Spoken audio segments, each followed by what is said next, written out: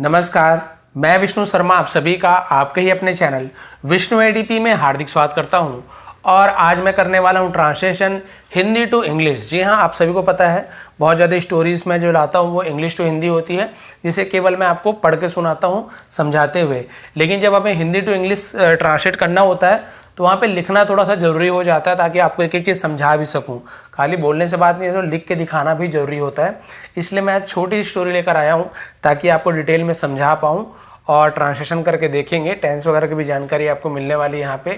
तो बहुत ही अच्छी क्लास होने वाली, लास्ट तक के बने रहेंगे। छोटी स्टोरी है, यहाँ पे समझ लो 2 पेज का है, मुश्किल से उसका ट्रांसलेशन करना है, लेकिन आपको बहुत फ़ायदा मिलने वाला है।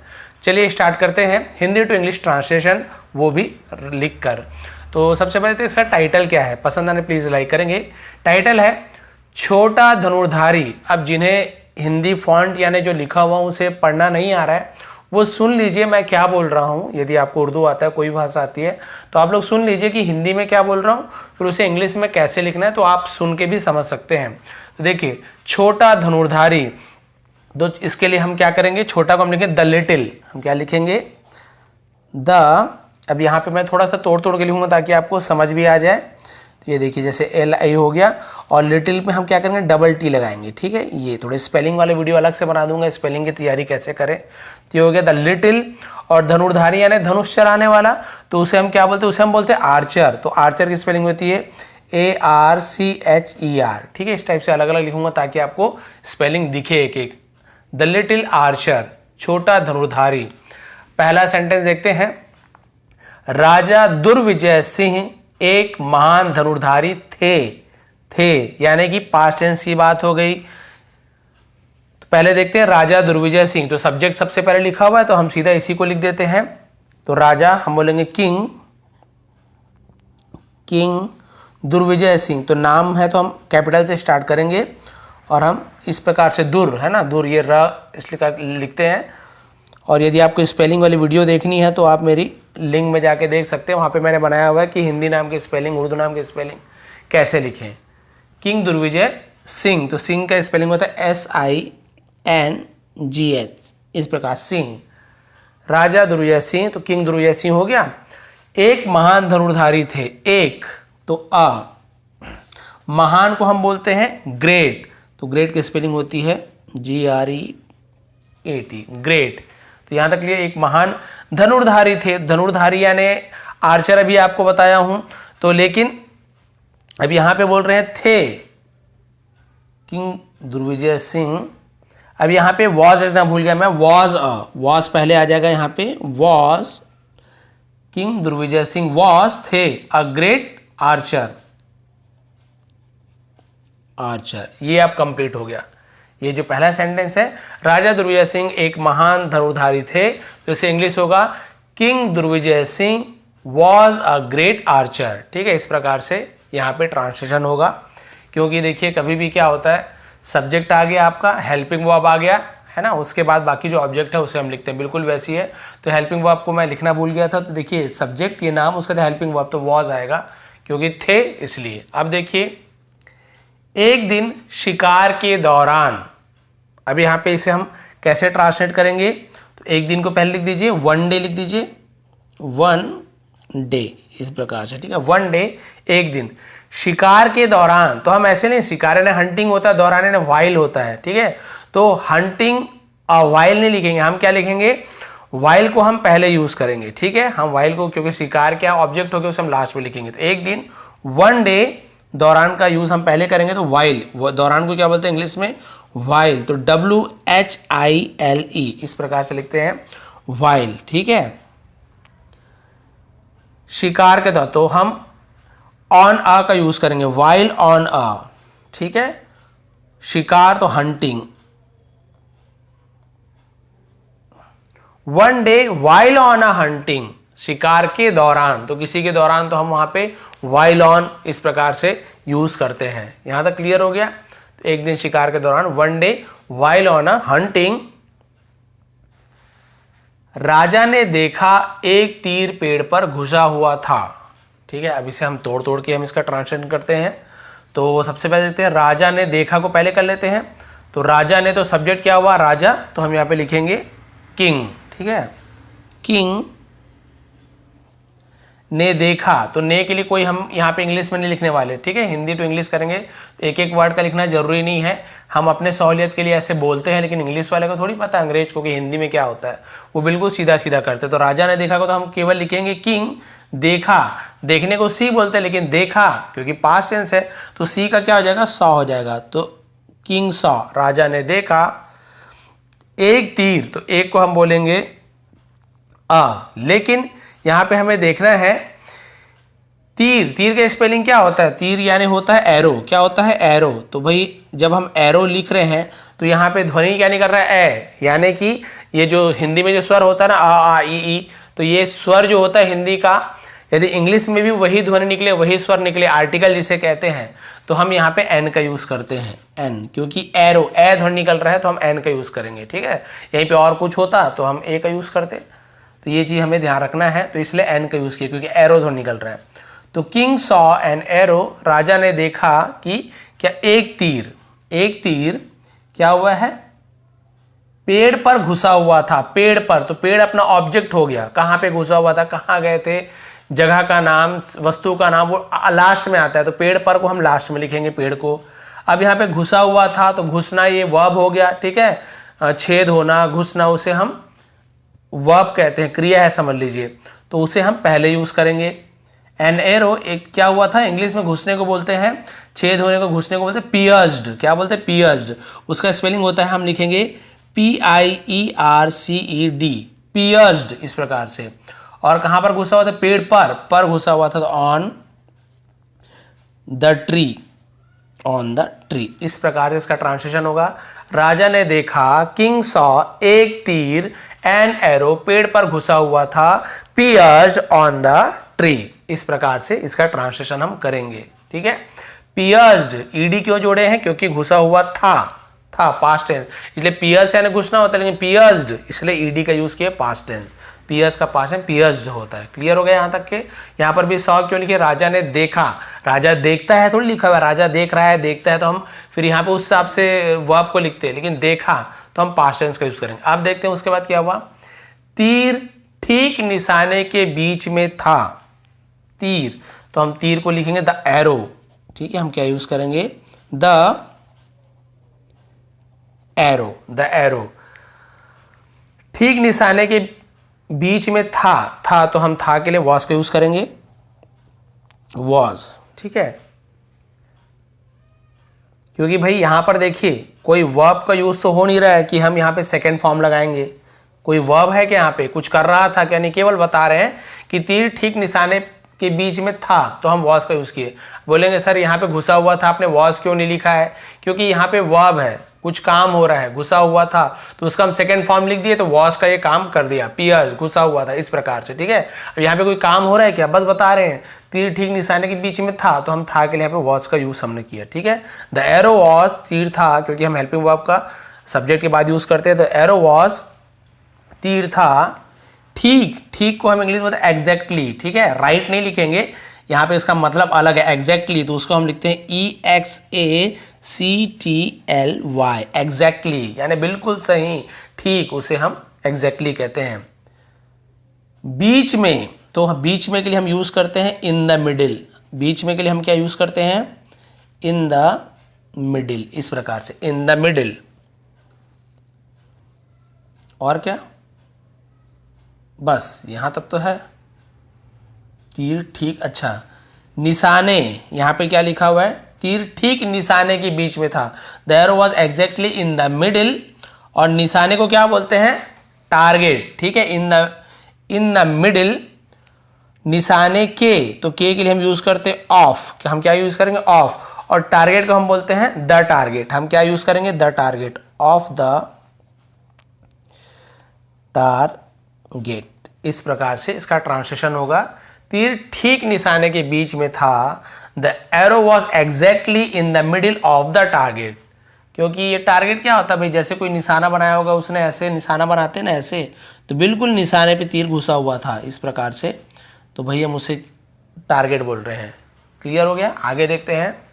अब यहाँ पे क्या बोल रहा है, राजा ने सोचा, अब राजा सोच रहा है नहीं, राजा ने सोचा, तो सोचने को क्या बोलते हैं, थिंक यानी होता है सोचना। लेकिन आप पता है राजा ने सोचा, तो थिंक की जगह हम क्या यूज करेंगे, जी हाँ बिल्कुल सही, थॉट। तो राजा के लिए हम यूज करेंगे द किंग, ठीक है, द किंग। सोचा हम उसे बोलेंगे thought, THOUGHT, the king thought. यहां तक हो गया। यह महान धनुर्धारी कौन है, कौन है, तो इंट्रोगेटिव बना रहे कौन है, तो हम ये जो प्रश्नवाचक है इंट्रोगेटिव, जिसे हम क्या बोलते हैं, हम जैसे क्वेश्चन बनाते हैं ना, तो हम क्या करते हैं इंट्रोगेटिव में उसे हम पहले आते हैं। जैसे WH फैमिली बोलते हैं, WH फैमिली में क्या आता है, हु, व्हाट, है ना, हाउ एवर, बहुत सारा चीज आता है, हाउ, तो हम वहां पे यूज करते हैं। तो कौन के लिए हम क्या यूज करते हैं, हु, कौन के लिए क्या यूज करते हैं, हु, तो हु पहले आएगा, हु यानी कौन होता है, तो इज, हु इज, यह, हु इज दिस, कौन है यह, ठीक है। महान, महान को हम क्या लिखते हैं, ग्रेट। धनुर्धारी आपको बताया था मैं, आर्चर। तो ये क्या हो गया, द किंग थॉट, राजा ने सोचा, यह महान धनुर्धारी कौन है, who is this great Archer. Clear हो गया यहां तक के। अब देखते हैं, मुझे उससे जरूर मिलना चाहिए, मिलना चाहिए यानी प्रेजेंट टेंस में बात हो रही है, मुझे उससे जरूर मिलना चाहिए। तो जरूर के लिए क्या हम यूज करते हैं, मुझे के लिए हम आई का यूज करेंगे, आई। जरूर के लिए मस्ट का यूज करते हैं, आई मस्ट, ऐसे MUST, आई मस्ट। मिलना चाहिए, वर्ब, मिलना को हम बोलते हैं मीट। अब मेट का यूज क्यों नहीं किया हमने, मेट क्यों नहीं लिखा, क्योंकि भाई मिलना चाहिए था बोल देता, फिर हम वहां मेट का यूज करते, लेकिन मिलना चाहिए प्रेजेंट टेंस में बात हो रही है, तो आई मस्ट मीट, बस उससे के लिए हम हिम का यूज करते हैं, क्योंकि लड़का है तो हम हिम का यूज करते, लड़की होती तो आई मस्ट मीट हिम ऐसे हो जाता।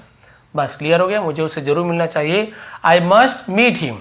अब देखते हैं, कुछ देर बाद वह एक लड़के से मिला। अब राजा ने सोचा भाई तीर को निशाने में किसने लगाया, मुझे उससे जरूर मिलना चाहिए। फिर कुछ देर बाद राजा ने एक लड़के से मिला, तो कुछ देर बाद, तो उसे हम क्या बोलेंगे, आफ्टर।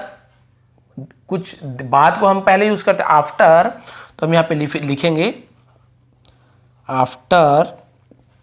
कुछ देर को हम बोलते हैं some time, after some time, after some time, कुछ देर बाद। वह, तो ही, लड़के से मिला। देखिए मिलना चाहिए प्रेजेंट है, लड़के से मिला यानी पास्ट टेंस, तो यहां मीट नहीं लिखे, हम मेट लिखेंगे, ही मेट, वह मिला। मैंने बताया ना वर्ब को हम, सब्जेक्ट ही हो गया, अब मेट ये वर्ब हो गया, कोई काम, मिलना काम हो गया, तो उसके बाद हम वर्ब का यूज करते, तो ही मेट एक लड़के से, तो अ बॉय। अब से के लिए हम कोई यूज नहीं करने वाले, नहीं बताया ना, हिंदी में बिल्कुल ऐसे होता है। आफ्टर सम टाइम, कुछ देर बाद, ही मेट अ बॉय, वह एक लड़के से मिला, बस इतना ही ऐसे ट्रांसलेट करना है। यहां तक हो गया कंप्लीट।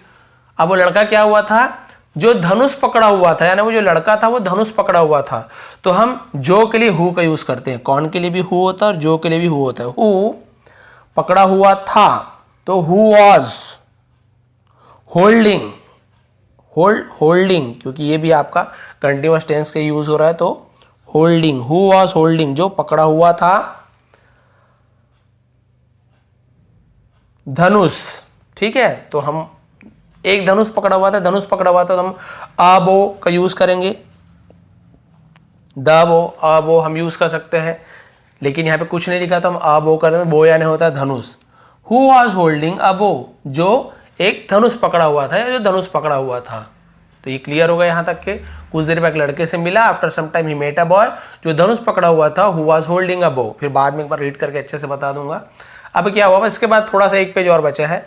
राजा ने उससे पूछा, पूछा पास्ट टेंस, आज क्या नहीं पूछना होता है, पूछा को पास्ट टेंस क्या आस्क्ड हो जाएगा, तो राजा ने, तो हम लिखेंगे द किंग, ठीक है, वो बार बार मेरे से मिल ही जाता, आदत हो गया। तो द किंग पूछा, तो हम सब्जेक्ट के बाद हम उसका यूज करेंगे, वर्ब का यूज करेंगे, हेल्पिंग वर्ब नहीं है तो द किंग पूछा, आस्क, तो हम आस्क का मैंने क्या बताया था आपको, पास्ट टेंस में ईडी आस्क्ड हो जाएगा, आस्क का सेकंड फॉर्म होता है आस्क्ड। द किंग आस्क्ड, उससे पूछा, तो उसके लिए हम यूज करेंगे हिम। राजा ने उससे पूछा, क्योंकि हिम अब यहाँ पे ऑब्जेक्ट बन गया है। तुम्हारे गुरु कौन है, कौन है, तो फिर हम क्या करेंगे, जिस प्रकार से ऊपर हमने किया था ना, कौन है के लिए हु इज का हम पहले यूज किए थे, ठीक है। देखिए हु इज, तो वैसे यहाँ पर भी करना है। कौन है, तो कौन है के लिए हम क्या करते हैं, हु इज। हु इज तुम्हारे गुरु, तो तुम्हारे के लिए हम योर, हु इज योर, गुरु को हम गुरु ही लिख देंगे। वैसे तो मास्टर यानी गुरु होता है, लेकिन गुरु को हम गुरु ही लिख देंगे। तुम्हारे गुरु कौन है? हु इज योर गुरु? राजा ने पूछा, द किंग आस्क्ड हिम, उससे पूछा तुम्हारे गुरु कौन है, हु इज योर गुरु। बस देखते हैं अब लास्ट पेज। स्टोरी भी आपको समझ आ रही कि नहीं, बाद में एक बार अच्छे से रीड कर दूंगा तो आपको अच्छे से समझ आएगी। तुम्हें धनुर्विद्या यानी धनुष चलाना किसने सिखाई?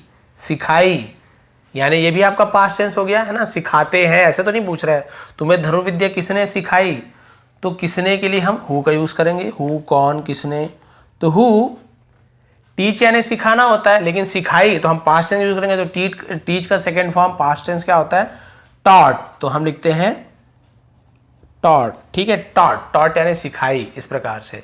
हु टॉट, तुम्हें किसने सिखाई, तुम्हें के लिए हम यू, हु टॉट यू, तुम्हें किसने सिखाई धनुर्विद्या, तो हम इसे आर्चरी बोलते हैं, ठीक है, आर्चरी ऐसे लिखेंगे, स्पेलिंग वर्ड लिखा तो आर्चरी, हाँ ठीक है। हु टॉट यू आर्चरी, तुम्हें धनुर्विद्या किसने सिखाई यानी धनुष चलाना किसने सिखाया। अब लड़का क्या जवाब दे रहा है देखिए। लड़के ने उत्तर दिया, मेरे गुरु राजा दुर्विजय सिंह है, ठीक है। अब हमें तोड़ तोड़ के इसे ट्रांसलेट करना है। तो लड़के ने उत्तर दिया, दिया यानी भी पास्ट टेंस हो गया, तो उत्तर देने को क्या बोलते हैं? जवाब देने को रिप्लाई बोलते हैं, लेकिन दिया तो रिप्लाइड सेकेंड फॉर्म में जाएगा। तो लड़के ने, तो द बॉय रिप्लाइड, तो हम उसका स्पेलिंग लिखेंगे REPLIED, रिप्लाइड। और रिप्लाई में तो वाई लिखते हैं, लेकिन जब IED जुड़ता है ना तो वाई हट जाता है और IED लग जाता है, रिप्लाइड। द बॉय रिप्लाइड, लड़के ने जवाब दिया, मेरे गुरु, तो मेरे गुरु का बहुत ईजी है, माय गुरु है लिखा हुआ है तो हम है के लिए इसका यूज करेंगे, ठीक है। मेरे गुरु थे तो वॉज का यूज करते हैं। माय गुरु इज राजा दुर्विजय सिंह, तो बहुत ईजी है, my Guru is king Durvijay Singh, ठीक है। My Guru is king Durvijay Singh, clear हो गया। देखिए छोटा छोटा तोड़ तोड़ के ट्रांसलेट करोगे तो बहुत अच्छे से आप धीरे धीरे सीख पाओगे। बिगिनर लेवल का है, क्योंकि जब छोटा छोटा, क्योंकि भाई हिंदी टू इंग्लिश, जब इंग्लिश टू हिंदी करते हैं तो बहुत इजी भी लगता है, समझ भी आता है। जब इंग्लिश टू हिंदी करना, सॉरी हिंदी टू इंग्लिश करना होता है तो हमें बहुत चीज़ों का ध्यान रखना होता है, स्पेलिंग से लेके ग्रामेटिकल पोर्शन, आर्टिकल का ध्यान रखना होता है, प्रीपोजिशन का ध्यान रखना होता है। तो ये थोड़ा सा टफ जाता है लिखने में, ठीक है। लेकिन ऐसी बात नहीं कि आप नहीं लिख पाओगे, थोड़ा थोड़ा ग्रामर भी आपको आते जाएगा तो आप समझते जाएंगे, और ऐसे ट्रांसलेट करते जाओगे तो आपको धीरे धीरे सब चीज़ आते भी जाएगा। तो देखिए, उन्होंने मुझे कभी नहीं सिखाया, उन्होंने तो हम यहाँ पे ही का यूज करेंगे, उसने तो हम ही, अब हम राजा इसलिए हम उन्होंने ऐसे बोल रहे, सम्मान दे रहे, तो उसने ही, कभी नहीं, कभी नहीं के लिए हम नेवर का यूज करते हैं, ही नेवर, उसने कभी नहीं सिखाया, तो हम टॉट का यूज करेंगे, क्योंकि यहाँ पर भी सिखाता है तो नहीं ना, सिखाया पास है, तो सिखाना है ना टीच होता है, लेकिन सिखाया तो टॉट। तो ही नेवर टॉट मुझे, मी, बस इस प्रकार से, ही नेवर टॉट मी, उसने मुझे कभी नहीं सिखाया, लेकिन वह मेरी एकमात्र प्रेरणा है। अब हिंदी में थोड़ा आपको अजीब लग रहा होगा, लेकिन इंग्लिश में क्या होगा आपको बता दूंगा। वह मेरी एकमात्र प्रेरणा यानी मैं उसे ही देख के सीखा हूं, वही मेरे आदर्श है, ऐसे बोलते वही इसका मतलब हुआ।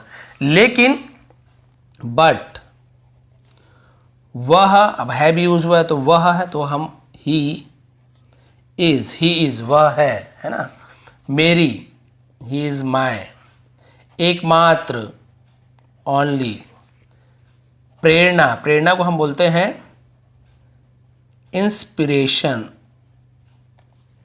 क्या बोलेंगे? Inspiration. But he is my only inspiration, लेकिन वह मेरे एकमात्र प्रेरणा है। तो ओनली, एकमात्र, सिर्फ वही, इस प्रकार से यूज करते हैं। बस 3 बचा हुआ है। मैं एक दिन उनके जैसा बनना चाहता हूं, तो मैं बनना चाहता हूं, तो कुछ चीज करना चाहता हूं तो ये आपका वर्ब हो गया, कुछ चीज चाहना। तो पहले सब्जेक्ट लिखते हैं, मैं के लिए हम आई का यूज करेंगे, आई। करना चाहता हूं तो वांट, क्योंकि हूं प्रेजेंट टेंस में है, तो I want, I want.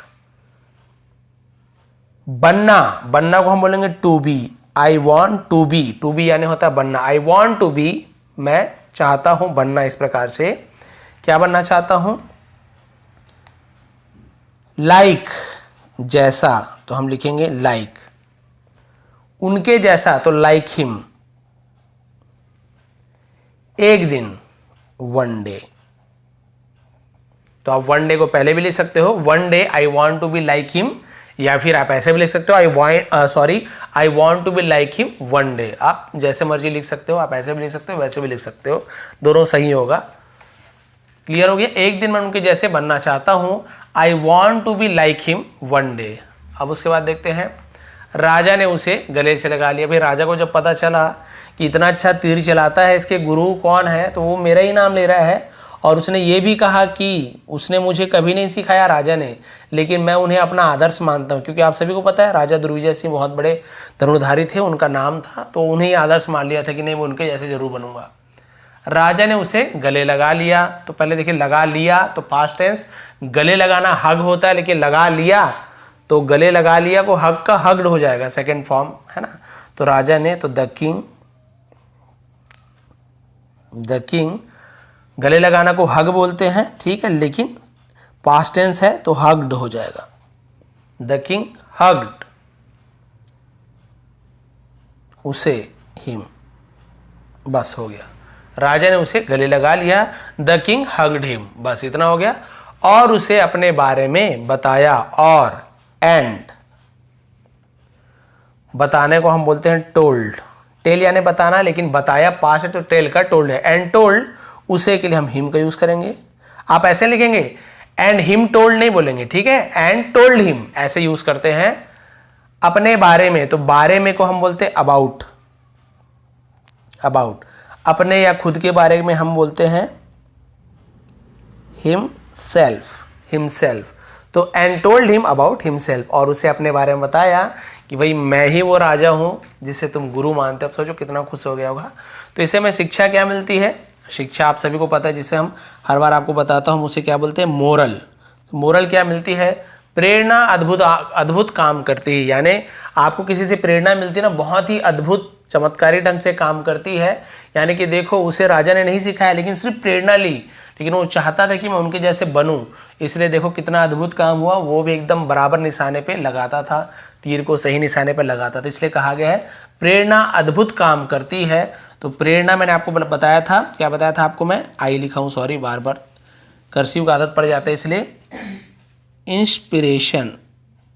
Inspiration काम करती है तो हम यहाँ पे वर्क्स, प्रेजेंट इंडेफिनिट टेंस में ता है, ती है, ते है, तो हम ऐसे ईएस जोड़ देते हैं।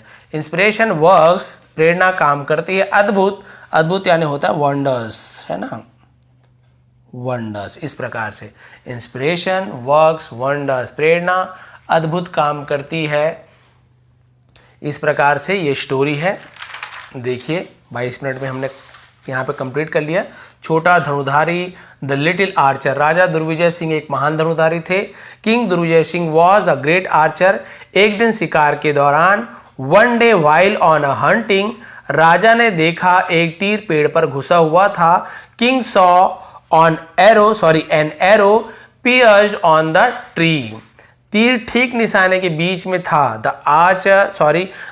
Arrow was exactly in the middle of the target. राजा ने सोचा यह महान धनुर्धारी कौन है। The king thought, who is this great archer, मुझे उससे जरूर मिलना चाहिए। I must meet him. कुछ देर बाद वह एक लड़के से मिला।